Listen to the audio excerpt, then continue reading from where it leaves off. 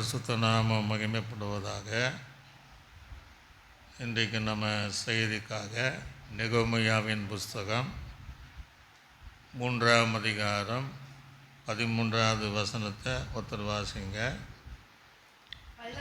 பள்ளத்தாக்கின் வாசலை ஆனூனும் சானோவாவின் குடிகளும் பழுது பார்த்து கட்டினார். தேவன் தாமே இந்த வார்த்தையோடு இடைப்படுவதற்காக நம்ம எல்லோரும் கர்த்தரை நாம் சோதனை பண்ணுவோம். சோதரம் சோதரம் சோதரம். கர்த்தர் இன்றைக்கும் எங்களோடு இடைப்படுவீராக. இந்த 4வது வாசல் பள்ளத்தாக்கின் வாசலை குறித்து தேவன் எங்களோடும் சபையாரோடும் கேட்கிற யாவருக்கும் பிரயோஜனை உண்டாக நீர் பேசுவதற்காக ஜெபிக்கிறோம். இயேசு கிறிஸ்துவின் நாமத்தில் ஜெபிக்கிறோம் எங்கள் நல்ல பிதாவே, ஆமீன். ஒரு அலேச்சுங்களே லூயா. அவன் கர்த்தருடைய நாம் மயப்படுவதாக. கடந்த நம்ம அந்த 12 வாசலை குறித்து நம்ம தியானித்து வருகிறோம். 3 வாசலை நாம் தியானித்து விட்டோம். இந்த 4வது வாசல் பள்ளத்தாக்கின் வாசல். இன்னும் 8 வாசல் இருக்கிறது. இன்னும் அதில் நிறைய செய்திகளும் இருக்கிறது. ஆவியானுடைய சித்தத்தின்படி நம்ம கடந்து போவோம். புதிய எருசலேமில் கூட 12 வாசல் இருக்கிறது. இந்த 12 வாசலுடைய அந்த பரலோக ராஜ்யம் போகணுன்னா இந்த 12 வாசலுடைய அனுபவம் நமக்கு இருக்க வேண்டும். அல்லேலூயா சொல்லுங்களே லூயா. அந்த அனுபவம் இருந்தால் தான் நம்ம பள்ளத்தாக்கின் வாசல் என்றால் தாழ்மையின் வாசல். ஒரு அலேச்சுலே லூயா. பள்ளம் என்றாலே அது தாழ்வான இடத்துல இருக்கும். ஆக அந்த வாசலில் யார் நிற்கிறாருன்னா ஆண்டவராய் இயேசு கிறிஸ்து தாழ்மை உள்ளவராய் நிற்கிறார். ஒரு அலேச்சுலே லூயா. அப்படி ஆராதிக்கிற தேவன் சபைக்குள்ளும் எப்படி இருக்கிறார்? தாழ்மை உள்ளவராக இருக்கிறார். அப்போ தேவனை ஆராதிக்கிற பிள்ளை எப்படி இருக்கணும்னா தாழ்மை உள்ளவளாக இருக்க வேண்டும். ஒரு அலேச்சுலே லூயா. இப்போ நமக்குள்ளே அந்த தாழ்மை இருக்கா அப்படிங்கிறத நம்ம பார்க்கணும். அநேகருக்குள்ளே தாழ்மை இல்லை. அதனால தான் குடும்பங்களிலே சமாதானம் கிடையாது. அடிக்கடி சண்டை வர காரணம்னா ஒருவராய் தாழ்மை இருந்தால் அந்த குடும்பங்கள் சமாதானமாக இருக்கும். சபை என்றால் பிரச்சனை இல்லாமல் இருக்காது. பல வெளியில் இருந்தோம் சத்துருடைய காலம் பல பிரச்சனை இருந்தாலும் அது சமாதானமாக நம்முடைய ஆவிக்குரிய ஜீவியங்கள் ஆசீர்வாதம் இருக்கணும்னா அந்த தாழ்மை எங்கு இருக்கிறதோ அங்கே சமாதானமாக நாம் இருக்க முடியும். ஒரு அலேச்சுங்களே லூயா. ஆக பள்ளத்தாக்கு வாசல் என்றால் தாழ்மை. ஒரு காலம் நம்மக்கிட்ட தாழ்மை இருந்துச்சு, ஆனால் இப்போ என்ன இல்லை, தாழ்மை இல்லை. ஆக தாழ்மை என்கிற வாசலை நாம் கட்ட வேண்டும். ஏன்னா தாழ்மை உள்ளவர இடத்துல தான் நம்ம போக போகிறோம். ஒரு அலேச்சுங்களே லூயா. தாழ்மை இல்லாதவங்க போக முடியாது. பொதுவாக அந்த காலத்துடைய வீடெல்லாம் நீங்கள் பார்த்தீங்கன்னா ரொம்ப ஆச்சரியமாக இருக்கும். சின்ன வாசலாக இருக்கும் அந்த காலத்துடைய வீடு. இன்றைக்கு அந்த பாண்டி சைடில் பார்த்திங்கன்னா சின்ன வாசலாக தான் இருக்கும். தியானிக்கும் போது எங்கள் அம்மாவுடைய தாத்தான் அந்த பெரிய பங்களா வீடு இருந்தாலும் சின்ன வாசல். நான் இந்த விபத்து ஆனபடி அங்கே போய் மாமாவை பார்க்க போனேன். அது என் தலையில் என்ன செஞ்சு விடான்னு தட்டிச்சு. காரணம் என்னென்னா வாசல் சின்னது. ஒரு அலேச்சுலே லூயா. பாண்டி சைடில் நிறைய வீட்டில் பார்த்திங்கன்னா அந்த வாசல் ரொம்ப சின்னதாக இருக்கும். ஊட்டியில் தோடாஸ்ங்கிற ஒரு அவங்க இருக்கிறாங்க. அவங்க வாசல் இன்னும் ரொம்ப சின்னதாக இருக்கும். ஒரு அலேச்சுலே லூயா. அரசாங்கம் என்ன பண்ணியிருக்காங்கன்னா அந்த டவுனில் ஞாபகம் அரசாங்கமே ஒன்று அந்த சேரிங் கிளாஸ் பக்கத்தில் அந்த வீடை கட்டி சின்ன வாசல். அது நிறைய பேர் வந்து பார்த்துட்டே போகிறான். அப்போ எனக்கு அந்த பாண்டி சைடில் ஊழியர் செய்யும் போது இது எல்லாம் சின்ன வாசல். இப்போ சங்கீதத்தில் படி வாசல்களே உயருங்கள். எல்லா வாசலும் உயர்ந்தா இருக்கு. அன்றைக்கெல்லாம் வாசல் வந்து அந்த வசனத்தை வச்சு பார்த்திங்கன்னா 2 ஆள் நின்று போகிற மாதிரி வாசலெல்லாம் உயர்ந்திருக்கு. அன்றைக்கி இருக்கிற வாசல் அப்படி. அப்போ நான் ஒரு ஆள் வயதான ஆளுக்கிட்ட நான் கேட்டேன், ஏன் இப்படி இவ்வளோ பெரிய வீடு இருக்குது, என்னத்தை இப்படி சின்ன வாசல் பண்ணியிருக்கீங்க? அப்போ அவர் ஒரு வயதானவர் சொன்னார். அவர் என்ன சொன்னார்னா, வீட்டுக்கு வர்றவங்க அவங்க தாழ்மையாய் தனை குனிந்து வர வேண்டும். ஒரு அலேலுயா. கையில் சொல்லுங்களே லூயா. அதனால் அவங்க நிமிர்ந்தால் இடிக்கத்தான் செய்யும். ஆக அவர்கள் வீட்டுக்குள்ளே வரும்போது மேட்டிமை பெருமை இதெல்லாம் விட்டுட்டு அவர்கள் பணிந்து தாழ்மையாக வீட்டுக்குள் வருவதற்காக அவர் அப்படி சொன்னார். அப்படி எண்ணத்தோடு கட்டியிருப்பாங்க அப்படின்னா ஒரு சொல்லுங்களே லூயா. அப்படியே நீங்களும் நானும் நம்ம வீட்டுக்கு அப்படி போகும்போது அப்படியே நீங்கள் தாழ்மையாய் போய் பாருங்கள், அந்த குடும்பம் எவ்வளோ சந்தோஷமாக இருக்கும். அல்லது ஆலயத்தில் வரும்போது அப்படியே கோபத்தோடு வராமல் அப்படியே நம்ம தாழ்மையாக வந்தால் எவ்வளோ பெரிய மகிழ்ச்சி ஆண்டவருக்கு இருக்கும். ஒரு சொல்லுங்களே லூயா. ஆக தாழ்மை ரொம்ப அவசியம் கிறிஸ்தவ வாழ்க்கையில்.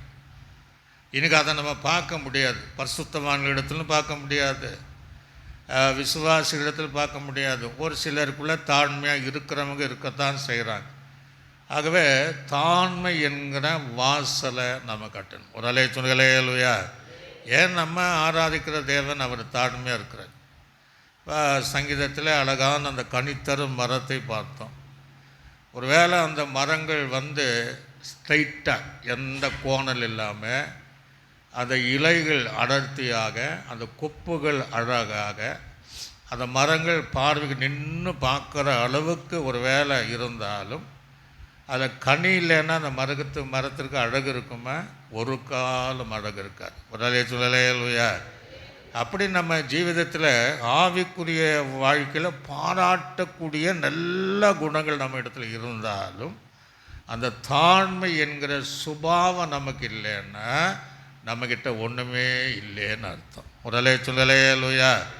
மற்றதெல்லாம் வேஸ்ட் ஆகிடும். ஆகவே அந்த தாழ்மை உள்ள தேவன் நமக்குள்ள பேச்சு ஆனாலும் செய்கையானாலும் நடக்கையானாலும் பேசுகிற வார்த்தைகளானாலும் சிந்தனைகளானாலும் எண்ணங்களானாலும் அந்த தாழ்மையாக இருப்பதை கற்றுக்கொள்ளவேன். அல்லேலூயா. எத்தனை பேர் நம்ம அப்படி விரும்புகிறோம்? ஒரு அல்லேலூயா. தாழ்மையாக இருக்கணுங்க. கணவன் மனைவி சபை என்பது அவ்வளோ தாழ்மையாக இருந்தால் கர்த்தர் நம்ம கூட இருந்து நடத்துவேன். அழகான கட்டடம்னு வச்சுட்டுங்களேன், அழகான கட்டடம். உள்ளே பார்த்திங்கன்னா எல்லாமே வைரத்தினாலும் முத்துக்களினாலும் மாணிக்கலினாலும் எல்லாம் அலங்கரித்து வச்சுருக்குறாங்க. கட்டிடத்துடைய வெளியே பார்த்திங்கன்னா டிசைனாக இருக்குது. எல்லாம் இருந்தாலும் ஒரே ஒரு ஜன்னல் மாத்திரம் அப்படி இருந்து அப்படியே பார்த்தா அவ்வளோ அழகான வீடை. ஆனால் அதுக்கு ஒரு வாசல் இல்லாமல் அவன் கட்டியிருந்தான் என்ன நினைப்பான்? இந்த மனுஷன் என்னத்த மனுஷன், இவ்வளோ அழகான வீடு இருக்குது, வெளியும் நல்லா இருக்குது, வாசல் இல்லாமல் போச்சு. ஒரு சொல்லலையா.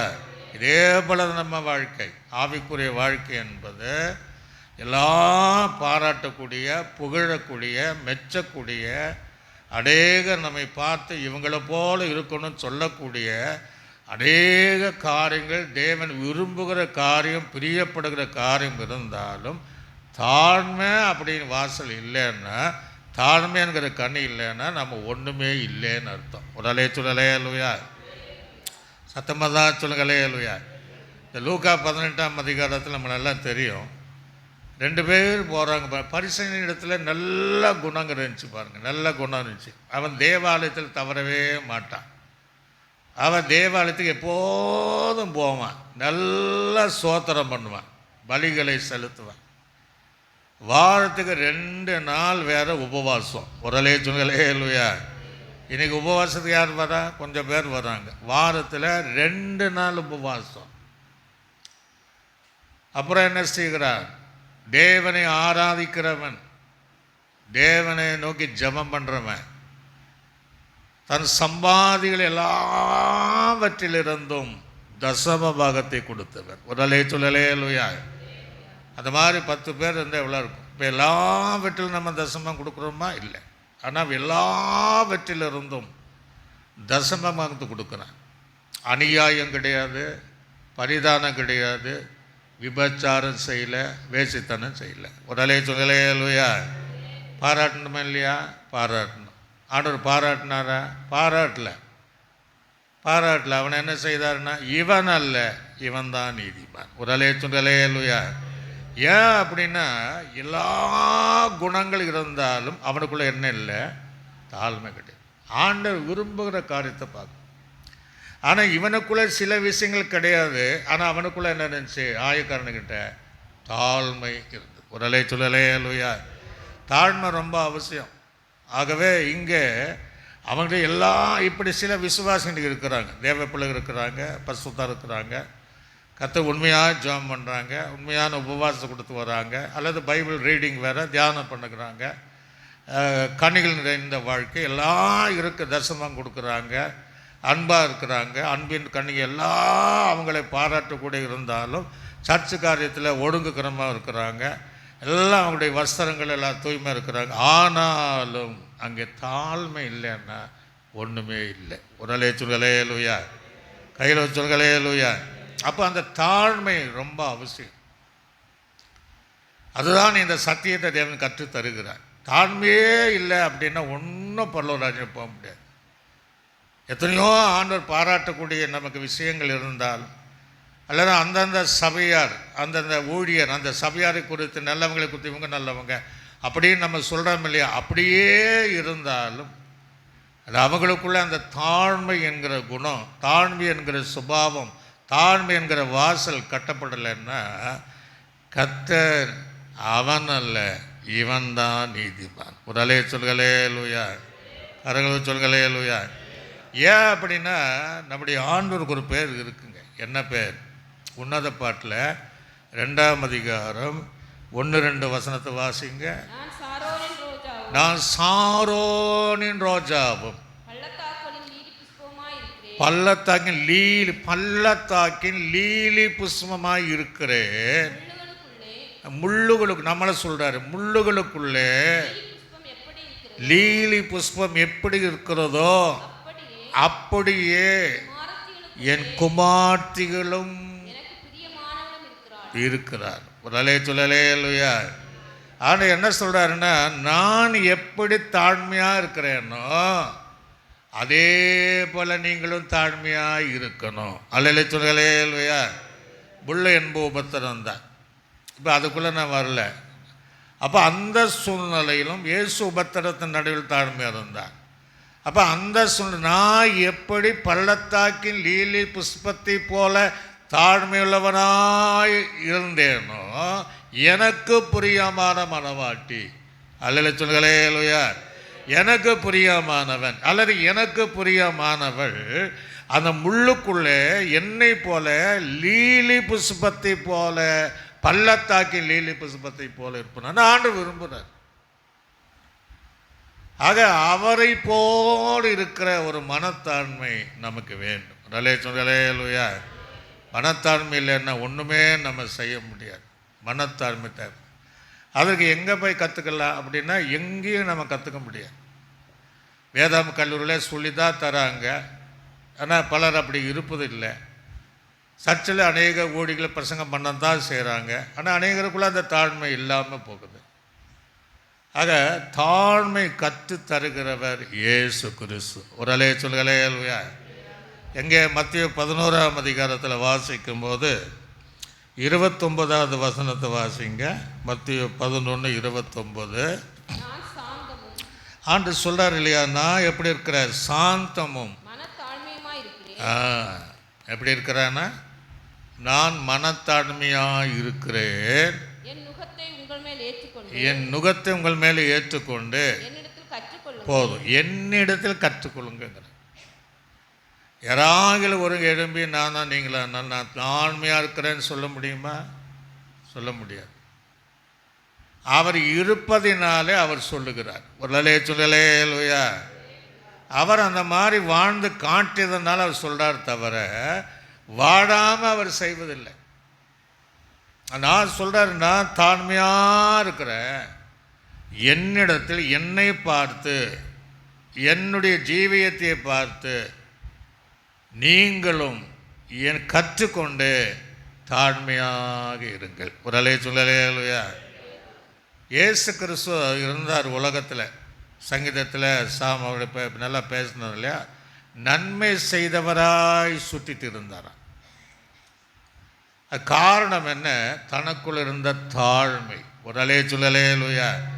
வேணும்னா வரட்டுங்க, அப்புறம் பார்த்துக்கலான்ட்டு இல்லை. இயேசுவை தேடி போனால் கூட்டம் நிறைய இருக்குது, அது வேற. ஆனாலும் ஏன் போனாருன்னா தாழ்மை. ஒரு அலே சொல்லலே இல்லையா? அதனால் யாருக்கெல்லாம் நன்மை செய்யணுமோ தேடி தேடி தன்னை தாழ்த்தி தேவகுமாரனாகிய இயேசு கிறிஸ்து நம்ம ஆராதிக்கிற ஜீவனுள்ள தேவன் அதை பூமியில் இருந்த நாட்களில் தேடி நடந்து தன்னை தாழ்த்தி யாருக்கெல்லாம் நன்மை செய்யணுமோ என்று தன்னை தாழ்த்தி அந்த தாழ்மை இருந்ததுனால அவர் நன்மை செய்கிறவராக இருந்தார். அல்லேலூயா. நமக்கு அந்த தாழ்மை ரொம்ப அவசியம். தாழ்மையாக இருப்பது ஒரு சீரக்கூடாது, டென்ஷனாக இருக்கக்கூடாது, கோப வார்த்தைகளை பேசக்கூடாது. காலையில் வரும்போது எத்தனை பேர் தாழ்மையாக வந்தீங்க? சண்டை போட்டு வந்தீங்களா? ஒரு வேளை ஆண்ட தீர்க்கதரிசனமாக சொல்கிறான்னு தெரியல. ஆகவே தாழ்மையினுடைய அனுபவம் நம்ம இருக்கணும். முதலே சொல்லலையா? இயேசு எது வரைக்கும் தாழ்மை இருந்தார்னா மரணம் பரியந்தம் இன்றைக்கும் உயிர்த்தெழுந்த இயேசு தாழ்மையின் ரூபமாக இருக்கிறார். அல்லேலூயா சொல்லலையா?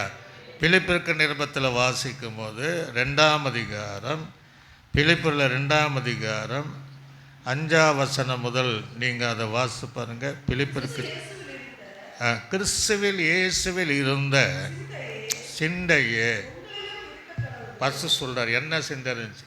கிறிஸ்துவின் இயேசுவுக்குள் இருந்த சிந்தையே உங்களிலும் இருக்க கடவுது. ஒரு அலே சொல்லலையா? அப்போ அப்படி சிந்தை என்ன, நம்ம சிந்தை என்ன இருக்க கடவுள்னு சொல்லிட்டு அடுத்தது என்ன சொல்ற? நல்ல கவனிங்க. அவன் தேவனுடைய ரூபமாய் இருந்தும் தேவனுக்கு சமமாய் இருப்பதை கொள்ளையாடின பொருளாக இந்த நிறுத்தணும். இப்போ நல்லங்க, அவர் ஒரு தேவன், ஒரே ஒரு தெய்வம் இயேசு கிறிஸ்து. ஒரு அலே சொல்லலையா? அந்த தேவன் நல்ல கவனிச்சிங்க, அவருடைய தாழ்மை குணத்தை பார்த்துடுங்க. அவர் அந்த தேவன் என்ற ஸ்தானத்தை கொள்ளாடின பொருளாக எண்ணாம ஒரு தம்மைத்தாமே வெறுத்து ஒரு ரூபத்தை எடுக்கிறார். ஒரு அலே சொல்லலையா? ஒரு மனுஷ ரூபத்தை எடுக்கிறார்னா எப்பேற்பட்ட தாழ்மை! உயர உன்னதமான ஒரு தேவன், அநேகர்னால போற்றப்படுகிற தேவன், மகிமைப்படுகிற தேவன், அது என்னாம நமக்காக அந்த தாழ்மையின் அவதாரத்தை எடுக்கிறார். நிறைய சர்ச்சில் பாருங்கள், நிறைய பேர் வேலை செய்வாங்க. அவங்க சர்ச்சை ஏதாவது கூட்டுவாங்கன்னா நான்லாம் அதை கூட்ட மாட்டேன். ஏன்னா அந்த அந்த அந்த தாழ்மை வராது. முதலே துணலையா? சிலர் எவ்வளோ உயர்த்தினாலும் அந்த தாழ்மையின் சுபாவம் இருக்கும். நம்ம உயர்ந்த அதிகாரி இருந்தாலும் நமக்கு தாழ்மையின் அவதாரம் எடுக்க நமக்கு மனசு வருன்றீங்களா? வரவே வராது. நம்ம எப்படி நான் இறங்கி வருவேன், நான் எப்படி அவங்க வந்தாலும் அப்படித்தான் நம்ம நினைப்போம். தவிர அந்த உன்னதமான தேவன், அந்த தேவன் என்கிற சாணத்தை அதை விரும்பாமல், அதை ஆசைப்படாமல் ஒரு மனிதன் அவரை அதை வெறுத்து வெறுமையாக்கிட்டு தன்னை தாழ்த்தி வராருன்னா அந்த தேவனை ஆராதிக்கிற அந்த பிள்ளைகள் எவ்வளவு தாழ்மையாக இருக்க வேண்டும். அல்ல சொல்களேலுயா, கையில் வச்சு சொல்களேலுயா. அப்படி தன்னைத்தான் தாழ்மை வரணும். என்ன தெரியுங்களா? நமக்குள்ளேயே வெறுப்பு உண்டாகிட்டே இருக்கணும். அல்ல சொல்லலேலுயா. நான் ஒன்றும் இல்லை என்கிற வெறுப்பு உண்டானா தாழ்மை வெளியே வந்துடும். அதுதான் கிறிஸ்துவின் சிந்தனை என்று சொல்லப்படும். அந்த சிந்தனை உங்கள் மேலே இருக்க கடவுதுங்கிறார். தொடர்ந்து நீங்க வாசிங்க. வெறுமையாக்கி அடிமையின் ரூபம் பாருங்க, ஒரு அடிமையின் ரூபம் எடுத்தார். அடிமையின் ரூபம் எடுத்து மனுஷ சாயலானார். அவர் மனுஷரூபமாய் காணப்பட்டு நல்ல கவனி எது வரைக்கும்? மரண பரியந்தமும், அதாவது சிலுவையினுடைய மரண பரியந்தமும் கீழ்ப்படிந்தவராகி தன்னை தானே தாழ்த்தியதனாலே தேவனாய் கர்த்தர் அவரை உயர்த்தினார். அல்லேலூயா. அப்ப தாழ்மை எது வரையும்னா நம்முடைய ஜீவியங்கள் முடிகிற வரையும். ஊழியக்காரர் இருந்தான்னா எங்களுடைய ஊழிய காலங்கள் முடிகிற வரையும், ஆண்டவரை சந்திக்கிற வரையும், அவரை போல அவருடைய சிந்தனை எல்லாம் வெறுக்க வேண்டியதை வெறுத்து அந்த தாழ்மையின் ரூபம் எடுக்க வேண்டும். அல்ல சொல்களே அல்லையா? ஆனால் ஒரு காலத்தில் அது இருந்தது, இப்போ அது இல்லை. இப்போ மீண்டும் அந்த தாழ்மை என்கிற வாசலை, தேவன் விரும்புகிற வாசலை நம்ம கட்டி எடுப்ப போகிறோம். ஒரு அலைய சொல்லலே இல்லையா? பைபிளில் நிறைய அந்த மை என்கிற வார்த்தையில் முடியும். நான் சும்மா அதை எடுத்து பார்த்தேன். நிறைய இருந்தாலும் நிறைய நம்ம எடுக்க முடியாது, இதனால் அதுக்கு நேரம் ஆகிடும். சிலவற்றை மாத்திரம் நல்ல கவனிங்க. மேட்டிமை, இப்போ தாழ்மை மை வரும். மேட்டிமை அப்படின்னு இருந்தால் பக்கத்தில் ஒன்று போட்டுடலாம். மேட்டிமைன்னா விடுதல். ஒரு அலைய சொல்லலே இல்லையா? மேட்டிமைனா இருந்தான்னா நம்ம விழுந்துட்டே இருக்கிறோன்னு அர்த்தம். அந்த மைக்கு என்ன அர்த்தம்? மேட்டிமைக்கு நம்ம விழுந்துட்டே போகிறோம். ரெண்டாவதாக பொறாமை, ஒரு மை வருது. பக்கத்தில் என்ன பண்ணோம்? எலும்புருக்கி. என்ன பண்ணோம்? எலும்புருக்கி. அது என்ன செய்யுது? பொறாமை இருந்தால் நம்ம எலும்பெல்லாம் உருக்கிட்டே இருக்குமா? ஒரு அலைய துண்டலே இல்லையா? ஆக நமக்கு தாழ்மை இருக்கணும். அப்போது மேட்டிமை, பொறாமை, பகைமை, பகைச்சிக்கிறது. 1 யோவானில் சொல்லும்போது மனுஷனை பகைக்கிறவன் கொலை பாதகனாக இருக்கிறார். அப்போ தாழ்மை எப்படி வரும்?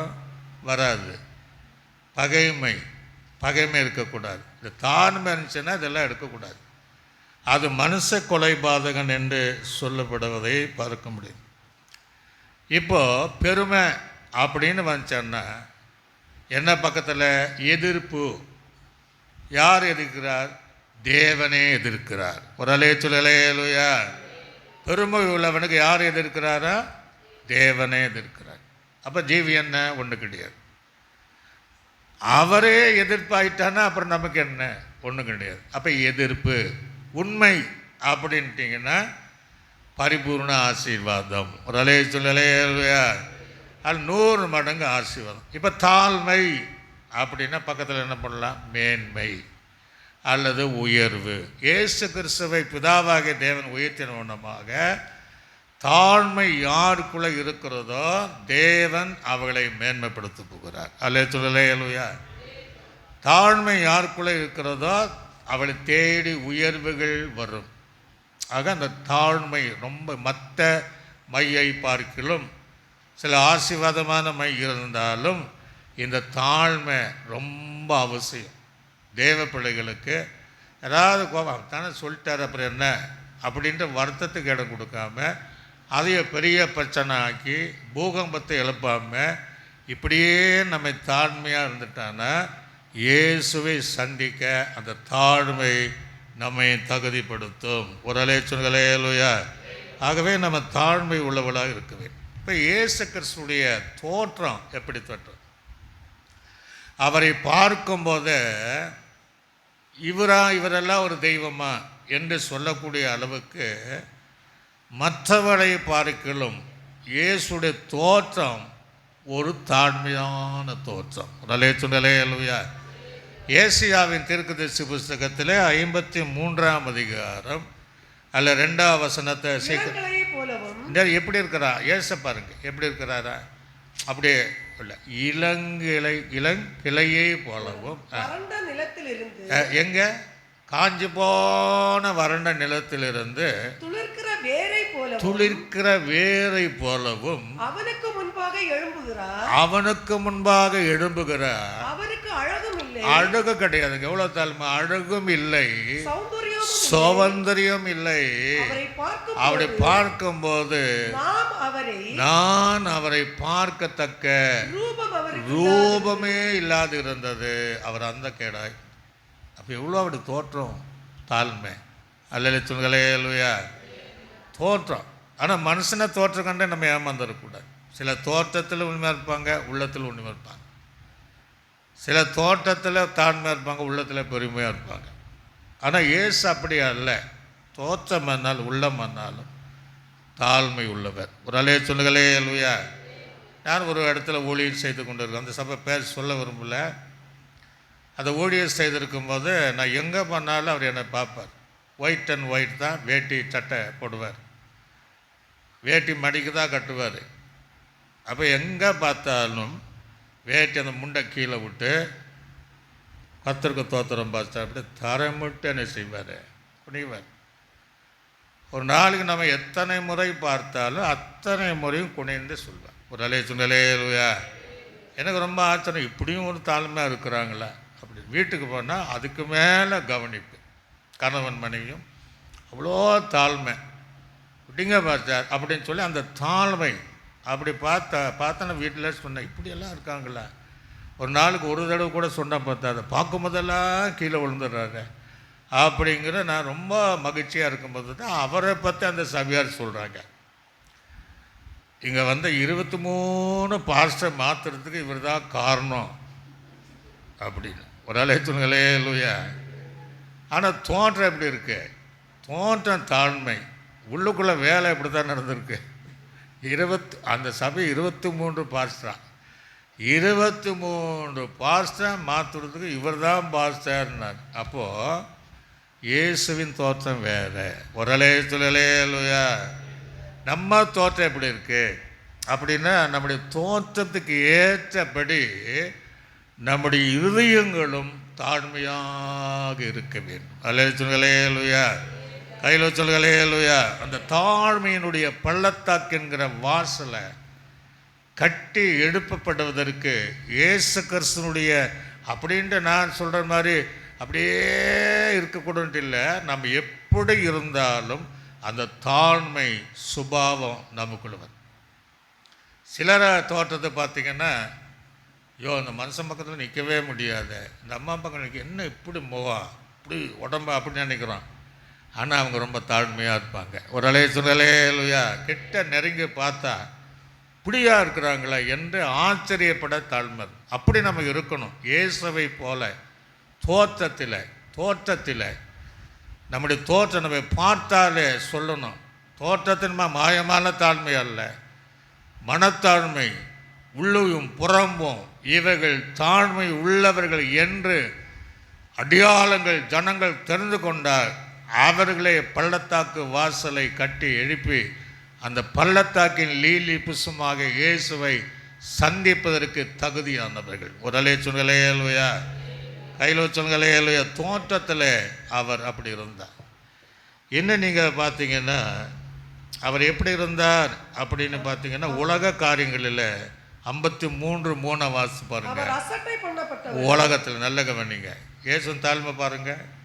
33 வருஷம் இருந்தார், 3 வருஷம் ஊழியம் செய்தார். எல்லாரும் நாளும் உலகத்தில் அசட்டை பண்ணப்பட்டிருந்தார். எப்படி இருக்க முடியுமோ, ஒரு தேவன் அவரால் எல்லாரும் அசட்டை பண்ண முடியும். அந்த அசட்டையின் மத்தியிலும் தன் தாழ்மையை வெளிப்படுத்தினார். ஒரு அலேலுயா. நம்ம யாராவது அசட்டை பண்ண கோவம் வரும், இவரெல்லாம் அப்படி வரும். 1க்கு 10 வார்த்தை நம்ம வீசிடுவோம், காயப்படுத்திடுவோம்.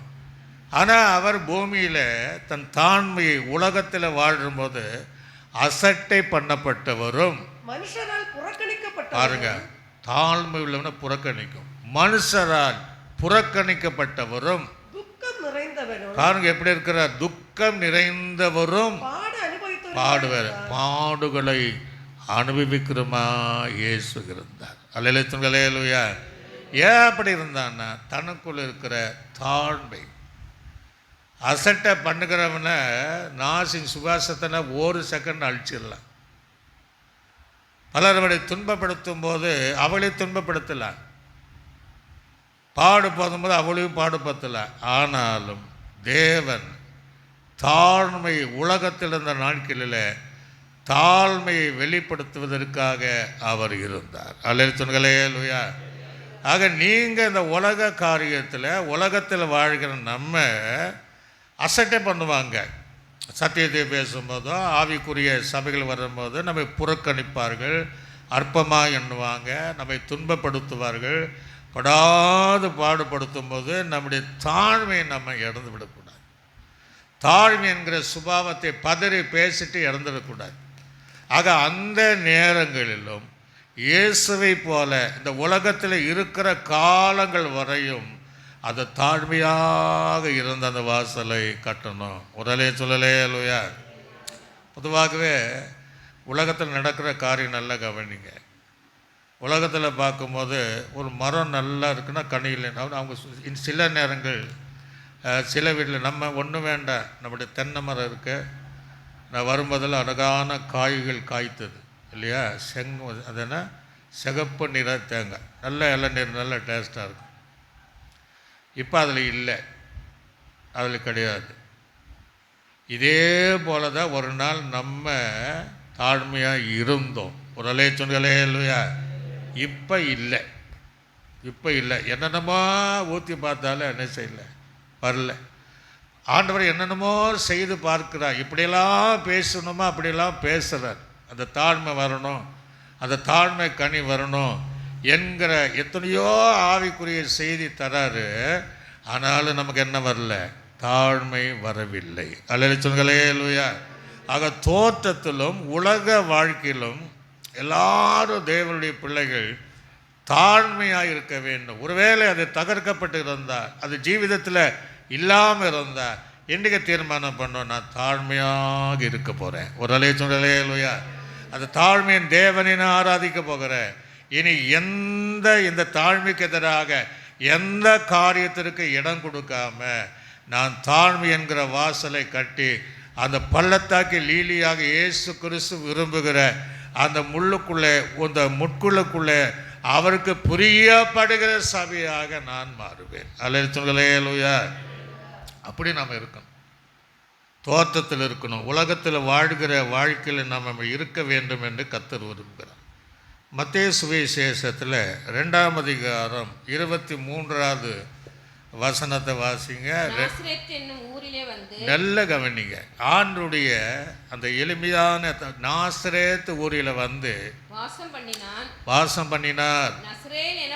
நஸ்ரேன் எனப்படுவார் என்று தீர்க்கதரிசியினால் உரைக்கப்பட்டது நிறைவேறும். இப்போ ஆண்டவர் நல்ல கவனி, ஒரு புகழ்ச்சியை விரும்பலை, ஒரு புகழை விரும்பலை. அவரை எங்கே வேணாலும் பறந்திருக்கலாம், ஒரு ஆடம்பரமான அரண்மனைக்குள்ளாக பறந்திருக்கலாம், ஒன்றுமே வேண்டாம். அவரால் தனக்கென்று நல்ல வீட்டை கூட என்ன செஞ்சிருக்கலாம், கட்டியிருக்கலாம். மண்ணினால் மனிதனை உண்டாக்கினவர், வார்த்தையினால் நித்திய ராஜ்யத்தை கட்டி கொண்டிருக்கிறவர்களுக்கு இதெல்லாம் பெரிய காரியம் கிடையாது. ஆனாலும் அவர் ஏன் அப்படி வரலன்னா, புகழ்ச்சியே விரும்பலை. ஒரு அலைய சொல்லலையே இல்லையா? புகழ விரும்பலை. சில நம்ம ஆளுங்களை பார்த்திங்கன்னா 4 வார்த்தை நம்ம பற்றி புகழ்வாங்களான்னு ஆதங்கப்படுவாங்க. சில சொல்லுவாங்க, என்னை பற்றி 4 வார்த்தை போன்ற பேசுங்கம்பாங்க பரிசுத்தவான்கள். அதனால் ஆண்டவர் பார்த்திங்கன்னா அவருடைய தாழ்மை அந்த புகழை விரும்பவில்லை. அல்லேலூயா இல்லையா? பக்தர் பாடும்போது எல்லா புகழும் உமக்கு தானே, புகழப்படத்தக்கவர் தான். அவர் எங்கே தான் பிறந்தாருன்னா நாசரேத்தில் வந்து வாசம் செய்கிறார். எவ்வளோ எளிமையான தாழ்மையான ஆண்டுடைய வாழ்க்கை. சில வீட்டிலலாம் சொல்லுவாங்க, நானும் இந்த வீட்டில் இருக்க மாட்டேன். மருமகள் போன சொல்லுவாங்க, நானும் இந்த வீட்டில் இருக்க முடியாது, இதெல்லாம் வீடா அப்படிம்பாங்க. மாப்பிள்ளைகள் சொல்லி நல்ல வீடு கட்டினா தான் வருவேன், அதுக்குள்ளே அம்மா வீட்டில் தான் இருப்பாங்களா அப்படின்ட்டு தாழ்மை இல்லாமல் இருப்பாங்க. உலக மனுஷன் செய்தால் போல ஆவிக்குறள் அப்படி இருக்கிறாங்க. ஆனால் இயேசு அப்படி இல்லை. நாசரேத்திலே வாசம் செய்து தன் தாழ்மை புகழ விரும்பவே இல்லை. ஒரு அலைய சொல்லலே லூயா, கையில் வச்சு சொல்லுங்களே லூயா. அதே நீங்கள் பார்த்தீங்கன்னா வாசித்து பாருங்க, யோவான் சுவிசேஷம் 13ஆம் அதிகாரம் 5ஆம் வசனத்தை வாசிங்க. நல்ல கவனிங்க. இந்த ராபோதனத்தில் நம்ம சொல்கிறோம், சீசர்கள் எல்லாம் உட்கார்ந்துருக்குறாங்க, ஒருத்தனுக்கு தாழ்மை கிடையாது. ஆண்டவர் வெயிட் பண்ணி பார்த்தார், இவங்க காலை கழுவாங்களான்னு பார்த்து இவர் எதிர்ச்சிட்டார். அவர் பாத்திரத்தை எடுத்து தண்ணீரை வார்த்து கழுவவும் சீலினால் துடைக்கவும் தொடங்கினார். எவ்வளோ தாழ்மை! ஒரு அலைய சொல்களே லூயா. கையில் சொல்லுகளே 12 பேர் உட்காந்துருக்காங்க. அவன் பெரியவனா இவன் பெரிய, இவங்களுக்குள்ள சண்டை. இன்னைக்கு இதை தான் நடக்குது. நான் பெரியவனா நீ பெரியவனா. சில சபையில் சண்டை. நான் 50 வருஷமாக வந்திருக்கிறேன், நான் ஒரு மூத்தாவை, என்னக்கு நீங்கள் கனப்படுத்துறீங்களா? அப்படி பெரிய பிரச்சனை.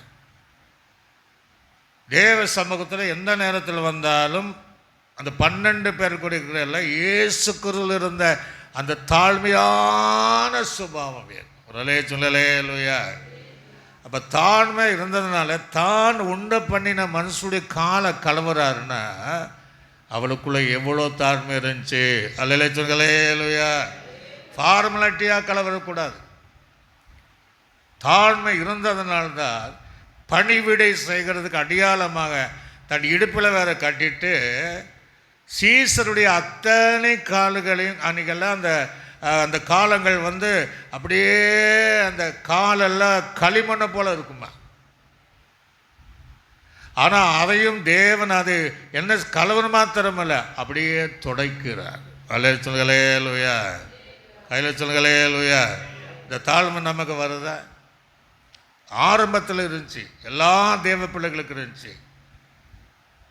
கால் கழுவுதில் முந்தி கொள்வாங்க, நான் கழுவுறேன் அப்படி. அவ்வளோ தாழ்மை, அவ்வளோ தாழ்மை. இன்னைக்கு தாழ்மை இல்லை. தன் தாழ்மையை தன்னுடைய ஜீவிதத்தில் இயேசு வெளிப்படுத்தினார். அல்ல சொல்லுங்களேலுயா. நம்ம பலர் அற்பமாக எண்ணலாம், நம்மை அசட்டம் பண்ணலாம், நம்மை புறக்கணிக்கலாம், நம்மை துன்பப்படுத்தலாம், பாடுகளுக்கு உட்படுத்தலாம். ஆனால் நம்ம அப்படி செய்யக்கூடாது. அவங்கள் நடுவில் தாழ்மை உள்ளவளாக இருக்க வேண்டும். அல்ல சொல்லுங்களேலுயா. காரணம், தாழ்மை உள்ள விடத்தில் தங்கும் கிருபை. அங்கே தான் அந்த கிருபை தங்கும். அந்த கிருபை யார்? இயேசு. அல்லேலூயா. அந்த வார்த்தை அது கிருபையாய் மாம்சமாய் அந்த வார்த்தை நமக்குள்ளாக இயேசு தங்குகிறாருன்னா அவ்வளோ தாழ்மை. வீட்டில் வரவங்கள வாங்க அப்படி என்ன வாங்க அப்படிங்கிறது என்ன ரெண்டுக்கு வித்தியாசம் பாருங்கள். வீட்டுக்கு போனேன் வாங்க, அதை ஒரு தாழ்மை. வாங்க அப்படின்னா தாழ்மை போச்சுன்னு ஒரு அலைய சொந்தலையா. இன்னும் சிலர் வீட்டில் சொந்தக்காரன் வந்துட்டாங்க, எப்போ போவாங்களோ தின்னுடுதா அப்படி. நம்ம ஆவிக்குரியவர்கள் எப்போது தாழ்மையை பழகணும். ஒரு அலைய சொந்தலையா. சில நேரங்களில் நீங்களும் அப்படி பார்க்கல. சில விசுவாசிங்க சினிமா பார்ப்பாங்க, ரஜினி படம் போட்டு பார்ப்பாங்க. முக்கியமான காட்சி நேரத்தில் நம்ம போகிறோன்னு வச்சுங்களேன், நம்மளை என்ன சொல்லுவோம் தெரியுங்களா? சாத்தான் வந்துருச்சப்பா, முக்கியமான சீசனில் வந்துட்டாருப்பா, எங்கேருந்து வந்தோம் அப்படின்னு நம்மளை வரவேற்க மாட்டாங்க. அவங்க கவனப்பில் எப்போ எந்திரிச்சு போக மாட்டார் இவர் அப்படின்னு தான் இருக்கும். ஒரு அலைய சொல்லுங்களேலுயா. தாழ்மை ரொம்ப அவசியம். வாங்க வீட்டுக்கு வாங்க என்று அந்த தாழ்மையான சுபாவத்தை இயேசுவை போல வெளிப்படுத்தணும். ஒரு அலைய சொல்லுங்களேலுயா. அப்படி நம்மளை பற்றி உலகம் நினைக்குது, இவங்க தாழ்மை உள்ளவர்கள் என்று. கர்த்தர் நல்ல கவனிங்க.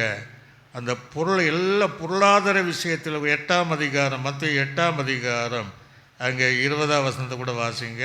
8:20. அதற்கு இயேசு நரிகளுக்கு குழிகளும், நல்ல கவனிங்க, அப்படி தாழ்மை கவனிங்க, நரிகளுக்கு குழிகளும் ஆகாயத்து பறவைகளுக்கு கூடு உண்டு, மனுஷகுமாரன் தலை சாய்க்க இடம் இல்லையா? அல்ல சொல்லுங்களேலுயா. இந்த யாக்கோபுக்காவது தலை சாய்க்க ஒரு கல்லாவது வச்சுக்கிட்டான். ஆனால் ஆண்டவருக்கு தலை சாய்க்க இடம் இல்லை. எவ்வளோ பெரிய தேவை, இவ்வளோ தாழ்மை. நம்மளாம் அப்படி இருப்போமா?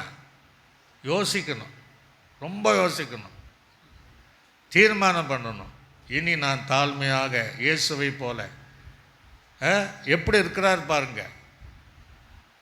அவர் படைத்த நரிகளுக்கு குழி இருக்கான், ஆகாயத்து பறவைகளுக்கு அழகான வீடு இருக்கான். ஆனால் மனுஷகுமாரனுக்கு தலை சாய்க்க ஒரு அலையா. எவ்வளோ தாழ்மை இருக்கணும்னா நம்ம இப்போ எவ்வளோ தாழ்மை இருக்கணும். தாழ்மை ரொம்ப அவசியம். இயேசுவை அறிந்து கொள்வதற்கு முன்பாக நம்மக்கிட்ட பல ஜீவி இருக்கலாங்க. இயேசுவை அறிந்த உடனே தாழ்மை வரும். நீங்கள் வீட்டில் போய் அவங்க தாழ்மை வெளிப்படுத்த போகிறீங்க. ஒரு அலைய சொல்லி அலையா. போனவுடனே தட்டெல்லாம் வீசிடக்கூடாது, என்னத்தை குளம் பண்ண அப்படின்னு. தாழ்மையாக உங்கள் மாமியார் கூட பேசுங்க. ஒரு அலைய சொல்லலையா? மாமியார் இருந்தால் மருமகளோடு தாழ்மையாக பேசு. இப்படி நீங்கள் தாழ்மையாக இருந்து பாருங்கள், ஆசீர்வாதம் உங்களை தேடி வரும், கிருபை உங்களை தேடி வரும், மேன்மை உங்களை தேடி வரும். அலைய சொல்லலையா? பள்ளத்தை தேடி, அடிக்கடி சொல்வேன், மழை எல்லா இடத்துல பெய்யும், எல்லா இடத்துல பெய்யும். அது எங்கே நிற்கணும்னா பள்ளத்தில் போய் தான் நிற்கும். ஒரு அலைய சொல்லலையா? தாழ்மை எங்கே இருக்கிறதோ அங்கே தேவனுடைய ஆசீர்வாதம் தங்கும். ஆக இந்த தாழ்மை என்கிற பள்ளத்தாக்கின் வாசல்கள் சுட்டெரிக்கப்பட்டிருக்கு. சில வீட்டிலெல்லாம் மனைவிமார்கள் வீட்டுக்காரர்கள் பேசுகிறதுக்கே பயமாக இருக்கிறாங்க. ஏன் அப்படின்னா தாழ்மை இல்லை. தொட்டதுக்கெல்லாம் டென்ஷன் பண்ணுறாரு. ஏன்ட சொல்கிறதில்ல, அவங்க உள்ளத்துக்குள்ளே குமரிட்டு இருக்கிறாங்க. ஒரு அலைய சொல்லலையா? பிரியம்மா இதுக்கெல்லாவா கோவப்படணும் அப்படின்ட்டு தீர்மானம் பண்ணுங்க. நீங்கள் குடும்பமாக தாழ்மை பண்ணுங்கள். ஒரு அலைய சொல்லலையா? இப்படி ஆண்டுடைய மத்திய 13ஆம் அதிகாரம் 55ஆம் வசனத்தை கூட வாசிங்க. 13:50 பாருங்க, எவ்வளோ தாழ்மை பாருங்க. ஆண்டு நினைச்சிருந்தது என்ன வேணா பண்ண. தச்சனுடைய குமாரன் அல்லவா இவன் தாய் மரியாள் என்பவள் அல்லவா? போதும். அப்போ தச்சனுடைய குமார். அதுக்கெல்லாம் தச்சனை மதிக்க மாட்டாங்க ஆசாரியர்களை. அந்த எளிமையான வேலை கூட அவர் தச்சனுடைய மகன் என்பதில் அவர் சந்தோஷம். ஒரு அலைய சொல்லுகலையா? கையில் சொல்லுகலையா? அதுதான் பிதாவுடைய ஒரே பிள்ளை பேர் எடுத்துட்டார். நம்ம அப்படி சொல்ல முடியுமா? நம்ம எல்லாம் சொன்னால் அப்பா கோடீஸ்வருங்க, நான் கோடீஸ்வருக்கு பையன், இல்லைன்னா லட்சாதிபதிக்கு பையன். சிலர் ஊரில் சொல்லுவாங்க, ஒரு சிலர் டையை கட்டி சூட்டை போட்டு போடுவாங்களா, அவன் வாரம் முடிச்சு பட்டினே இருந்திருப்பான், சோத்துக்கே இல்லை. ஆனால் வெளியில் பார்த்தீங்கன்னா அந்த பந்தா கட்டுவாங்க அப்படிம்பாங்க. நம்ம ஜீவியம் அப்படி தான் இருக்குது. ஒரு அலைய சொல்லலையா? உள்ள ஒன்றும் கிடையாது. அந்த பந்தாவை மாற்ற. ஆனால் ஏசு அப்படிப்பட்டவன் அல்ல, தச்சனுடைய குமாரன் என்பதில் அவர் பெருமைப்பட்டார். ஒரு அலைய சொல்லலையா? தன்னுடைய ஏழ்மை, அவர் பிறப்பை பாருங்க, ஆச்சரியமான ஒரு பிறப்பு. எங்கேயும் பிறந்திருக்கலாம். நம்மை போல சாதாரண மனிதனை போல குடிமடுப்பு இடதை போன இடத்துல பிள்ளை பிறந்தது சத்திரத்தில் இடம் இல்லாமல் முன்னிலையிலே கிடந்தா அந்த துணியில சுத்தப்பட்டு ஏழை கோலத்தில் அவர் காணப்பட்டார். அலே சொல்லுங்களையா? அவர் தாழ்மைக்கு அளவே இல்லை. அவர் இன்னும் தாழ்மையாக தான் இருக்கிறார்.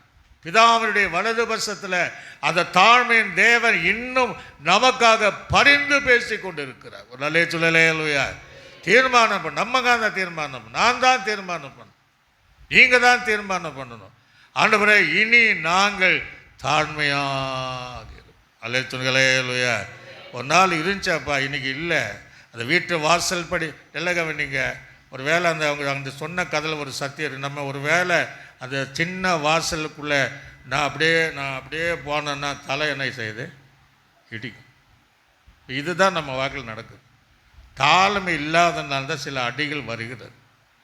தாழ்மை இல்லாதனால தான் சில எதிர்பாராத பிரச்சனை வருகிறது. அப்போ நம்ம அங்கே சரியாக குனிஞ்சு போனால் அது வருமா? வராது. நம்ம தாழ்மையாக இருந்தால் பிரச்சனை வருமா?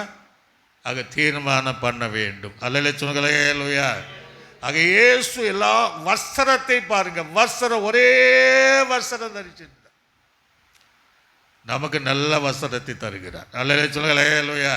அதை ஆண்டவர் விரும்புகிறார். தகுதிக்கேற்ற வஸ்திரம் என்னுடைய பரிசுத்தவான்கள் நல்ல வஸ்திரங்களை தீர்க்கதரிசி புஸ்தகத்தில் இருக்கு. ஆனால் அவரே எப்படி இருந்தானா, ஒரே அதையும் வச்சுருந்தாங்கன்னா அதையும் அதை சீட்டு போட்டு பங்கிட்டு கிழிக்க முடியாதுன்ட்டு அவர் ஓரால் அதையும் எடுத்துட்டார். ஒரு அலையா? சிலுவை மரம், அந்த மரத்தில் தேவன் அந்த இடத்துல தொங்கினார் என்றால் அவருடைய தாழ்மை என்பதை நாம் அறிந்து கொள்ளலாம். நம்ம ஏமாத்துறோங்க, நான் ஏமாத்துறோங்க. தீர்மானம் பண்ணுங்க. கர்த்தர் நம்ம ஏதோ ஒரு நோக்கத்திற்காக நம்மை உருவாக்குகிறார். அல்லேலூயா. ஏதோ ஒரு நோக்கத்திற்காக நம்மோடு கூட இடைப்படுகிறார். அதெல்லாம் தாழ்மைக்கு எதிரானதை எல்லாம் தூக்கி வீசிடுங்க.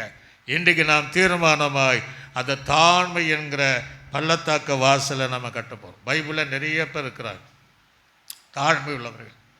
கர்த்தர்களெல்லாம் உயர்த்திருக்கிறார். சீக்கிரமாய் நீங்கள் வாசிக்கணும். ஆதியாகமம் 32ஆம் அதிகாரம் 10ஆம் வசனத்தை யாக்கோபினுடைய சத்தியத்தை பாருங்க. ஆதியாகமம் 32ஆம் அதிகாரம். அடியேனுக்கு தேவரீர் காண்பித்த அடியேன், அடியேன் என்பது என்ன? தாழ்மை. அடியேனுக்கு தேவன் காண்பித்த எல்லா தயவுக்கும் எல்லா தயவுக்கும் எல்லா சத்தியத்துக்கும் எல்லா சத்தியத்திற்கும் நான் எவ்வளவேனும் பாத்திரமே கிடையாது. பாத்திரம் கிடையாது, லாக்கி கிடையாது. தாழ்த்தனம். நீ காட்டின எல்லா தெய்வக்கும் எல்லா சத்தியத்திற்கும் நான் கொஞ்சம் கூட நான் பாத்திரம் கிடையாது. நான் பாத்திரம் கிடையாது. நான் கோலும் கையுமா என்ன? நான் தாழ்மையாக தானே. நான் கோலும் கையுமாய் இந்த யோர்தானை கடந்து போனேன். இப்பொழுதோ இந்த 2 பரிவாரத்தோடு உடையவனானே. உடலே சொல்களே இல்லையா? அந்த அவ்வளோ ஆசீர்வாதம் இருந்தாலும் அவனுக்கு தாழ்மை இருந்துச்சு. வெறுங்கையாய் போனான். அவனுக்கு போத்த ஒரு பெட்ஷீட் கிடையாது, படுக்க பெட்டு கிடையாது, தலகணம் கிடையாது. அந்த தாழ்மை இருந்தப்போ அதை நினைக்கிறான். வசதி வாய்ப்பெல்லாம் வந்தாச்சு. யோர்தானை கடந்து வருக 2 பரிவாரத்தோடும் வருகிறார். அல்லேலூயா சொல்லுங்களே. அல்லேலூயா சொல்ற. நான் பாத்திரமே கிடையாது. இந்த அடியானுக்கு நீ காட்டின தயவு சத்தியம் எம்மாத்திரம். கர்த்தர் அவனை ஆசீர்வதித்து கொண்டு வந்தார். அல்லேலூயா சொல்லுங்களே. அல்லேலூயா. தாழ்மை ரொம்ப அவசியம். பரிசுத்தவான்கள் எல்லாம் ஏன் யாக்கோபின் தேவன் என்று அவரை கூப்பிடுகிறார்? ஏன்னா அவனுக்குள்ளே இருந்த தாழ்மை. அவனை கர்த்தர் உயர்த்தினார். ஆக நீங்களும் நானும் இயேசு கிறிஸ்துவை போல, இந்த பரிசுத்தவான்களை போல தாழ்மை உள்ளவளாக இருக்க வேண்டும். அல்லேலூயா சொல்லுங்களே. அல்லேலூயா. பாண்டமலை சாரோனின் ரோஜாவா கர்த்தர் இயேசு பள்ளத்தாக்கி பரமனேசு. தாழ்மை ரொம்ப ரொம்ப அவசியம். நிறைய பேருக்கு தாழ்மை வந்துட்டே இருக்கு. உடலே சொல்லுங்களே. அல்லேலூயா. தாழ்மை. இப்போ நல்ல கவனிங்க. சவுலை குறித்து நம்ம தப்பாக பேசுகிறோம். ஆரம்பத்தில் நம்ம எப்படி இருந்தா? 1 சாமுவேல் 9ஆம் அதிகாரம் 21ஆம் வசனத்தை வாசிங்க. 1 சாமுவேல். அப்பொழுது சவுல் பிரதியுத்தரமாக, அப்பொழுது சவுல் அவனை அதாவது கழுதை தேடிட்டு போனான். உன்னை எல்லாம் தேடுறாங்கப்பா. சாமுவேல் சொல்கிறேன், இஸ்ரவேல் ஜனங்கள் எல்லாம் உன்னையெல்லாம் தேடுறாங்க. நீ ராஜா வாங்கணுன்னா நம்ம என்ன நினைப்பான்? ஓ அப்படின்னு போயிடுவான். அவள் எவ்வளோ ஆரம்பத்தில் அவன் தாழ்மை இருந்துச்சு. நமக்கெல்லாம் யாராவது கவர்மெண்ட்டில் உங்களுக்கு யாராவது பிரதர் உங்களுக்கு வேலை போட்டிருக்காங்கன்னா வேண்டான்னு சொல்ல மாட்டான், தாழ்த்த மாட்டான், உடனே போயிடுவான். ஆனால் அவன் ராஜா பதவி வந்தாலும் என்ன சொல்லணும்? வாசிங்க. அப்பொழுது சவுல் பிரதித்திரமாக, நல்ல கவனி, நான் இஸ்ரவேலில் இருக்கிற அத்தனை 12 கோத்திரங்களிலே நான் தாழ்த்துறா பாருங்க, சிறிதான பெஞ்சமின் அதாவது அந்த 12 கோத்திரத்தில் ரொம்ப சின்ன கோத்திரம், எனக்கு தகுதி கிடையாது, நான் பெஞ்சமின் கோத்திரம். அந்த குடும்பங்களில் எல்லாம் பெஞ்சமின் குடும்பம் இருக்குல்ல, அந்த குடும்பங்களில் எல்லாம் அற்பமானது அல்லவா? உரலே சொல்களே. அல்லேலூயா. கையில் சொல்களே. அல்லேலூயா. என் குடும்பம் அற்பமானதுங்க. நான் சிறிய கோத்திரம். ஆனால் கர்த்தர் அவனை ராஜாவாக தேர்ந்து. அதுக்கு பின்னாடி தான் அவன் பெருமைப்பட்டான். தாழ்மை போச்சு, ராஜ்யபாரத்தை இழந்தார். அல்லேலூயா சொல்லுங்களே. அல்லேலூயா. இன்றைக்கி என்ன தெரியுங்களா? தாழ்மை இருக்கிற வரையும் ஆசீர்வாதம். பெருமை வந்துட்டான்னா நிறைய இழப்புகள் வந்துட்டார். அது நமக்கு தெரியாது. நம்ம பெருமையாக பேசிடுவோம். ஆனால் அது அநேக ஆசீர்வாதம் நம்ம விட்டு போயிட்டே இருக்கோம். சவுலை விட்டு போனான். ஆகாப் ராஜானுடைய கதை பார்த்திங்கன்னா ஆண்டு எப்பப்பா இன்றைக்கி அவனுக்கு என்ன சொல்கிறதெல்லாம் சொல்லு, ஒரு நாயாகிலும் உயிரோடு இருக்கக்கூடாது. கேட்ட உடனே தாழ்த்தினான். ஒரு அலேச்சுனுகளே. இறங்கிடுவார் இயேசு. அவர் சொல்கிற கண்டாயா எவ்வளவோ அவன் தாழ்த்தினான். அப்படி வந்துட்டார். கோபத்தையே மாற்றிட்டார். போனவனுக்கே சங்கடம் வச்சுன்னா இப்படி சொல்கிறாரு இப்படி சொல்கிறாருன்னா தாழ்மைன்னு இறங்கிடுவார். ஒரு அலேச்சுனுகளே. அவனை ஒன்று விடாமல் அழிக்கணும் போனார். அழிக்கலை. உடனே அவன் தாழ்த்தினான். கண்டாயா எவ்வளவாய் தாழ்த்தினான்ட்டார். நம்ம தாழ்த்தணும். ஒரு அலேச்சுன்களே. அல்லேலூயா. பெருமையிலிருந்து விழுந்து போனவர் இருக்கிறார். தாழ்மையிலிருந்தும் பெருமையிலிருந்து தாழ்மைக்கு வந்தவன் இருக்கிறார். தாழ்மையிலிருந்து பெருமை போய் விழுந்தவனும் இருக்கிறான். ஒரு அலேச்சுன்களே. அல்லேலூயா. ஆக நம்ம தாழ்மைப்படணும். தாவீதை குறித்து பார்க்கும்போது 2 சாமுவேல் புஸ்தகம் 7ஆம் அதிகாரம் 18வது வசனத்தை சீக்கிரமா வாசிங்க. அப்பொழுது தாவீது ராஜா அப்பொழுது தாவீது ராஜா உட்பிரவேசித்து கர்த்தருடைய சமூகத்தில் இருந்து சமூகத்தில் இருந்து கர்த்தராகிய ஆண்டவரே தேவரீர் என்னை இதுவரைக்கும் கொண்டு வந்ததற்கு அவன் அப்படித்தான் சொன்னான். ஏமாத்தணும், என் வீடும் ஏமாத்தணும். ஒரு சொல்லுங்களே இல்லையா, நான் ஏமாத்தணும், தாழ்த்துறேன், என் வீடு ஏமாத்துறோம். இவ்வளோ பெரிய காரியம் செய்தான். சவுல் சொல்லும்போது ராஜாவே ஆண்டவனே செத்த நாய் அப்படிங்கிறான். தெள்ளு பூச்சிப்பா நசுக்கன நான் போயிடுவேன். தன்னை தாழ்த்தினான், அவனை கத்த ராஜாவாக மாற்றினான். தாழ்மை எங்கு இருக்கிறதோ உயர்வு, தன்னைத்தானே தாழ்த்துகிறவன் உயர்த்தப்படுவான். அல்ல சொல்லுங்களே இல்லையா, தேவ உயர்வை பெற்றுக்கொள்ள ஒரே ரகசியம் அதுதான். தேவனை சந்திப்பதற்கு ஒரே ரகசியம் அதுதான். தாழ்மை மனப்பான்மை நமக்கு வேண்டும், தாழ்மையான சுபாவம் வேண்டும். இன்றைக்கி அது இல்லை. அதுக்காக ஒரு வேலை சொல்லி பாருங்க, வேலை சொல்லிட்டான்னா தாழ்மை இருக்குன்னா அப்புறம் பார்க்கலாம், அடுத்த வாரம் பார்க்கலன்னா தாழ்மை இல்லைன்னு ஒரு அலைய சொல்லலே இல்லையா. இதே சிலர் பார்த்தா நீங்கள் சொல்லி நாங்கள் செய்யவா, தாழ்மை போச்சுன்னு. தாழ்மை இருந்தால் எல்லா காரியத்துக்கு செய்வதற்கு நம்மை வழி நடத்தும். ஒரு அலைய சொல்லலே இல்லையா. ஆக தாவீதுக்குள்ள அந்த தாழ்மை இருந்ததுனால தான் கர்த்தர் அவனை கொண்டு பெரிய கால் செய்து தாவீது வர வர விருத்தி அடைந்தார். அல்ல சொல்லுங்களே லோயா அப்படின்னு பைபிள். சாலமன் கூட ஆரம்பத்தில் எப்படி இருந்தா வாசிச்சு பாருங்க. 1 ராஜாக்களின் புஸ்தகம், அதுக்கு முன்னாடி சங்கீதம் 131 1ஆம் வசனத்தை வாசிங்க. சங்கீதம் அவன் கேட்குறான் பாரு, தாவீது சொல்கிறேன், நான் வந்து இருமாப்பு உள்ளவனா அல்ல. நிறைய பேர் இருமாப்பு பார்ப்பேன். நான் என்னுடைய இருதயம் இருமாப்புதான் அல்ல, என் கண்கள் மேட்டிமை உள்ளவர்களும் அல்ல, பெரிய காரியங்களிலும் மிஞ்சின கருமத்தில் தலையிடுவதும் இல்லை. எவ்வளவு தாழ்வு. நம்ம எல்லா விஷயத்தையும் தலையிடுறோம், இருமாப்பும் உள்ளவளாக இருப்போம். நான் சொல்கிற மாதிரி தான் வீடு நடக்கும், நான் சொல்கிற மாதிரி தான் நடக்கும்னு வந்து அவன் சொல்கிறேன். அப்படியெல்லாம் இருக்கல. பெருங்காரியத்தையும் கர்ம தலையிடவே இல்லை. ஒரு நிலை சொல்லலே இல்லையா.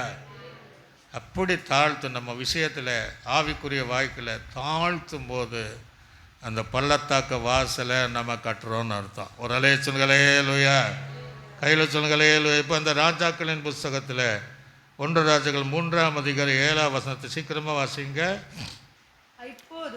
இப்போதும் என் தேவனாகிய கர்த்தாவே தேவரீர்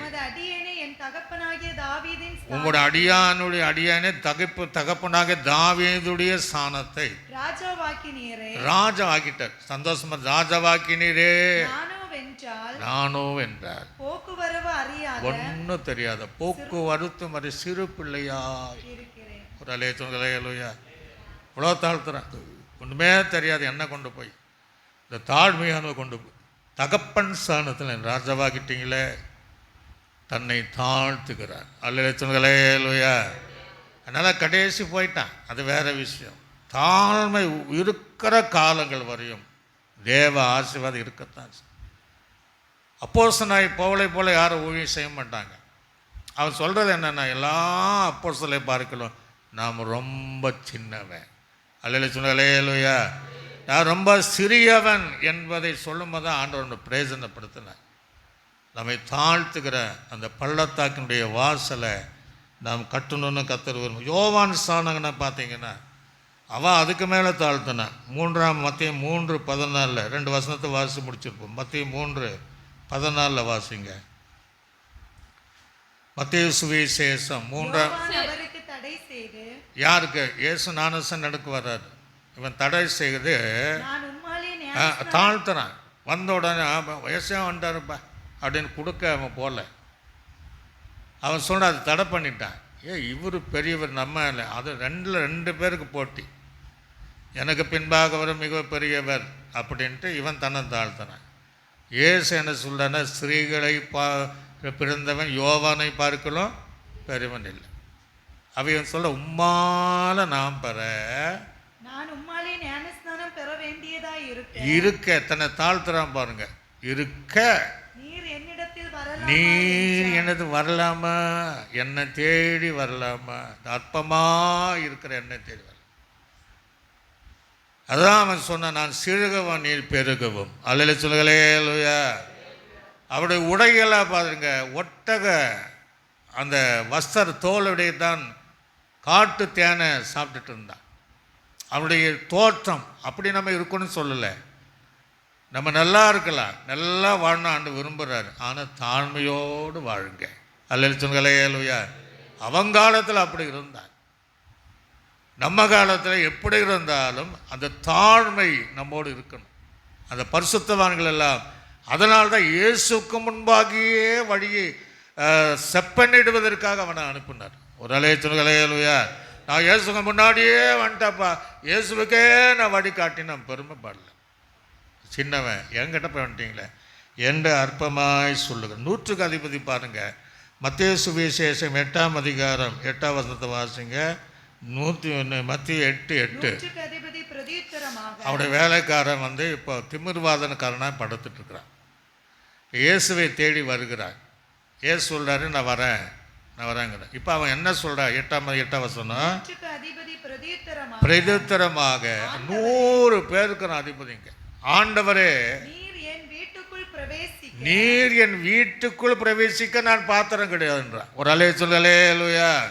எவ்வளோ பெரிய அதிகாரி! எத்தனை பேர் தான் வீட்டுக்கு போயிருப்பாங்க, எத்தனை அதிகாரிகள் வீட்டுக்கு போயிருப்பாங்க. ஆனால் நீங்கள் வர எனக்கு பாத்திரம் கிடையாது.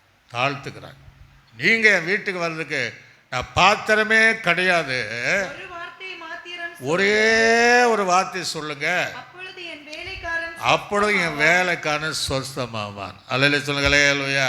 கீழே சொல்கிறான் பாருங்க, நான் போனா ஒருத்தன் போவான், வான்னா வருவேன். இதை செய்யினா செய்வேன், இது செய்யக்கூடாதுன்னா நான் எல்லாத்துக்கும் மேலே. ஆனால் உண்மை பார்த்த உடனே அதில் என்னை விட்டு போச்சு. என் வீட்டுக்கு வர என் பாத்திரமே எனக்கு கிடையாது, நான் லாக்கியதையே கிடையாது. ஒரு வார்த்தை சொல்லும். ஒரு அலைய சொல்லுகளே. அல்லேலூயா. கையில் சொல்லுகளே. அல்லேலூயா. அந்த ஜனமே, அந்த திமிர்வாதக்காரன் அந்த நிமிஷமே சுகமடைந்தார். இது எதனால் வந்ததுன்னா அவனுக்குள்ள இருக்கிற தாழ்மை. அல்லேலூயா சொல்லுகளே. அல்லேலூயா. அவனுக்குள்ள இருக்கிற தாழ்மையின் சுபாவம், பள்ளத்தாக்கின் வாசல் அவனுக்குள்ள இருந்ததுனால இவன் வீட்டுக்கு போகிறதுக்குள்ளேயே அவன் சுகத்தோடு எழும்புவதை பார்க்கும்படி கிருபை செய்தார். இன்றைக்கி நீங்கள் தாழ்மையாக இருங்க, வீட்டுக்கு போகும்போது அற்புதம் செய்வார். அல்லேலூயா சொல்லுங்களே. அல்லேலூயா. அற்புதமான தேவன். ஒரு கானானிய ஸ்திரீ எவ்வளோ தாழ்த்தினார். சீசர்கள் இவளை அலட்டுகிறார்கள், ஏதாவது செய்யுங்க. ஒன்றும் பேசலை. அப்புறம் பேச ஆரம்பித்தார். பிள்ளையினுடைய அப்பத்தை எடுத்து நாய்க்குட்டிக்கு போடலாமா? மெய்த்தான ஆண்டவரே. முதலே சொல்லுங்களே. அல்லேலூயா. ஆகினது மேய்ச்சிகளது துணிக்கைகளை எவ்வளோ தாழ்த்துறா பாருங்க. அந்த நிமிஷத்தை ஆச்சரியப்பட்டார். மகளுக்கு ஒரு பூர்ண விடுதலை. முதலே சொல்லுங்களே. அல்லேலூயா. தாழ்த்துகிற இடத்துல தேவன் அற்புதங்களை செய்வார். தாழ்த்துகிற இடத்துல அதிசயங்களை செய்கிறார். கர்த்தர் இன்றைக்கும் செய்கிறார். அல்லேலூயா சொல்லுங்களே. அல்லேலூயா. அந்த நிமிஷத்தில் பார்த்தானா அற்புதம். தாழ்மை இருக்க வேண்டும் என்று கர்த்தர் விரும்புகிறார். இப்போ இயேசு கிறிஸ்துடைய குறித்து தீர்க்கதரிசனமான ஒரு வார்த்தை, உலக இரட்சகர், உலகத்தின் தேவன், அவர் சொல்ல அந்த சகரியாவின் புஸ்தகத்தில் 9ஆம் அதிகாரம் அதில் 9ஆம் வசனத்தை வாசிக்கும் போது அவரை குறித்து எழுத அவருடைய வாகனம் நல்ல நம்ம சொல்கிறார், சியோன் குமார்த்தியே நீ மிகவும் களி கூறு, எருசலேம் குமார்த்தியே கம்பீரி. ராஜா யார்? இயேசு ராஜா. எப்படி வர்றாரு? பெரிய ஹெலிகாப்டர்லேயே வர்றாரு, பெரிய பிளைனில் வர்றாரு? இல்லை. எப்படி வர்றாரா? நீதி உள்ளவரும் ரட்சிக்கிறவரும் தாழ்மை உள்ளவரும் கழுதையின் மேலும் கழுதை குட்டியின் மேலும் வருகிறார். ஒரு அலைய சொல்லுங்களே. அல்லேலூயா. இப்போ நம்ம வீட்டை தேடி யாராவது கழுதை மேலே ஏறி வந்தால் சேர்த்துவோமா? இயேசு அப்படி தன் வாகனங்களை கூட புதிய காலத்தில் கூட அதில் ஏறித்த ஓசனான்னு சிலுவையில் அறிஞ்சிட்டாங்க. தாழ்மை உள்ளவர் வருகிறாரா? ஒரு அலைய சொல்லுங்களே. அல்லேலூயா. இன்றைக்கு உங்களை தேடி என்னை தேடி அந்த தாழ்மை உள்ளவர் நம்மை தேடி வருகிறார். ஒரு அலே சொல்லுயா. அவரே நம்முடைய ராஜா. சீயன் குமார்த்தியே, எஸ்லின் குமார்த்திகளை கலி கொண்டு கம்பீரிங்க. ஒரு கல்யாணம் பண்ண பார்த்து பொண்ணு வந்து ரொம்ப அழகாக கோடீஸ்வரியாக இருக்குது. மாப்பிள்ளை சைக்கிளில் வந்தால் கொடுப்பாங்களே பொண்ணை. சைக்கிளில் வரான்டா, அவெல்லாம் பிச்சைக்கார பையன் கூட கொடுக்காங்க. ஆனால் ஏசு எப்படி தான் வர்றாரா? கழுதியின் மேலும் ஒரு அலைய சொல்லலே இல்லையா, கையில் சொல்லுங்களே இல்லையா. தாழ்மை இருக்கணும். தன்னை அவ்விதமாய் பிறப்பிலிருந்து மரணம் வரையும் இன்றைக்கும் பிதாவுடைய வலது பட்சத்தில் தன்னுடைய தாழ்மையை வெளிப்படுத்துகிற பள்ளத்தாக்கில் லீலியா இருக்கிற அந்த இயேசு கிறிஸ்துவை ஆராதிக்கிறது பிள்ளை. அந்த இயேசு கிறிஸ்துவுக்கு ஊழியம் செய்கிறவளை நாங்களாக இருந்தாலும் தாழ்மை கர்த்தர் எதிர்பார்க்க. அல்லேலூயா. ஒரே ஒரு வசனத்தை வாசித்து கொலேசருக்கு நிருபம் 3ஆம் அதிகாரம் 12ஆம் வசனத்தை சீக்கிரம் வாசிங்க. ஆகையால் நீங்கள்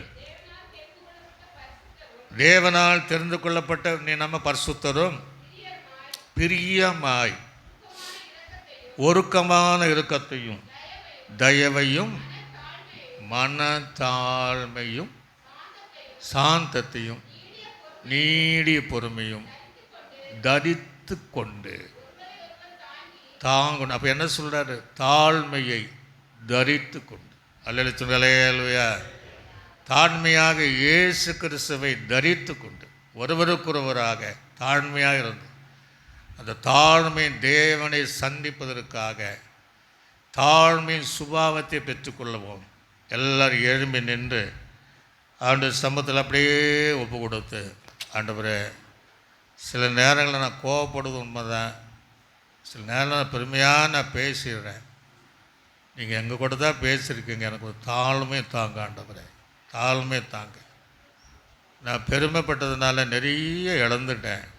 சமாதானமும் இல்லை, குடும்பங்களில் ஜீவிதத்தில் ஒன்றும் இல்லை. உமக்கு மேலாக நான் இல்லை. நீரே அந்த தோற்றம் முதல் முடிகிற வரையும் தாழ்மையாக இருந்தீங்க. ஒரு காலத்தில் அப்படி நான் இருந்தேன். இப்போ நான் ஏன் தான் பண்ணுறேன்னு எனக்குள்ளே நான் கேள்வி கேட்குறேன். நான் ஏன் இப்படி நடந்துக்கிறேன்? நான் ஆரம்பத்தில் நல்லா தானே இருந்தேன், ஏன் இந்த சுபாவம் எனக்கு எப்படி வந்தது? நான் தாழ்மையாக இருக்கணும் தான் விரும்புகிறேன். ஆனால் தேவையில்லாத சுபாவங்கள் எனக்குள்ளே வருகிறதப்பா. இன்றைக்கி தீர்மானம் பண்ணி நான் வந்து உன் சமூகத்தில் அர்ப்பணிக்கிறேன். என்னை தாழ்மையின் ஆவினால் இருப்புங்க. அந்த தாழ்மையின் சுபாவத்தை எனக்கு தாங்காண்டவரே. கேட்கிற தேவப்பிள்ளை வாயை திறந்து, நம்ம எவ்வளோ படித்திருக்கலாம், எவ்வளோ உயர்ந்த வேலைகள் இருக்கலாம், எவ்வளோ அந்தஸ்துகளாக இருக்கலாம், ஆண்டவரே என்னை தாழ்மை தாங்க. எவ்வளோ பெரிய நட்சத்திரங்களையும் பிரகாசிக்கிற ஊழியர்களாக இருக்கலாம், தாழ்மையை அணிந்து கொண்டு மாயமால தாழ்மை தூக்கி எரிந்து உள்ளத்திலும் புறமும் நடக்க எல்லா தாழ்மையாக இருக்க அப்படியே நாம் ஒப்பு கொடுப்போம். எல்லாம் ஒப்பு கொடுத்து சோத்திரம் பண்ணுங்க. சோத்திரம். பிதாவாகிய தேவனை நாம் சோத்திரம் பண்ணுவோம். சோத்திரம். கர்த்தராக இயேசு கிறிஸ்துவை நாம் சோத்திரம் பண்ணுவோம். சோத்திரம். நம்மை ஆற்றி தேற்றி வழி நடத்துகிற பரிசுத்தாவியானவரை சோத்திரம் பண்ணுவோம். இதுக்கு நல்ல ஆண்டவரே நன்றி செலுத்துகிறோம். இந்த ஆசீர்வதிக்கப்பட்ட இந்த மாதத்துடைய கடைசி இந்த நாளிலும் 4வது வாசலாக பள்ளத்தாக்கின் வாசல், தாழ்மையின் வாசல், ஊழிய செய்கிற நாங்களானாலும் விசுவாசிகளானாலும் தாழ்மையாக இருக்கணும். இயேசு எப்படி தாழ்மை இருந்தீரோ, பரிசுத்தவான்களை எப்படி தாழ்மை இருந்தாரோ, அந்த தாழ்மை உள்ள தேவனை சந்திப்பதற்கு, அந்த தாழ்மையான இடங்களில் நாங்கள் வருவதற்கு, இந்த பூமியில் தாழ்த்த எங்களுக்கு உயர்த்துகிற தேவன், உயர்வை தருகிற தேவன், கிருபைகளை தருகிற தேவன், பரலோகத்தில் மேலான உயர்வை தந்து எங்கள் நடத்துகிற தேவனுக்கு நன்றி சொல்லுகிறோம். கேட்கிறவளெல்லாம் அந்த தாழ்மையை அணிந்து கொள்ள தரித்து கொள்ள உதவி செய். இயேசு கிறிஸ்துவின் நாமத்தில் ஜெபிக்கிற நல்ல பிதாவே, ஆமென். என் ஆத்துமாவே கர்த்தரை, என் முழு உள்ளமேடு பரிசுத்த நாமத்தை சொல். என் ஆத்துமாவே கர்த்தர் செய்த சகல பலன் மறவாதே, ஆமென். கர்த்தராகிய கிருபையும் பிதாவாகிய தேவனுடைய அன்பு பரிசுத்தாவினுடைய ஐக்கியம் சந்தோஷ சமாதானம் அனைவரோடும் சகல பரிசுத்தவங்களோட ஆண்டவராய் இயேசு கிறிஸ்து வருகை வரையிலும் சதா காலி என்று நம்மோடு கூட இருப்பதாக. ஆமென். அல்லேலூயா, அல்லேலூயா, அல்லேலூயா. கர்த்தர் உங்களை யாவரையும் ஆசீர்வதிப்பார்.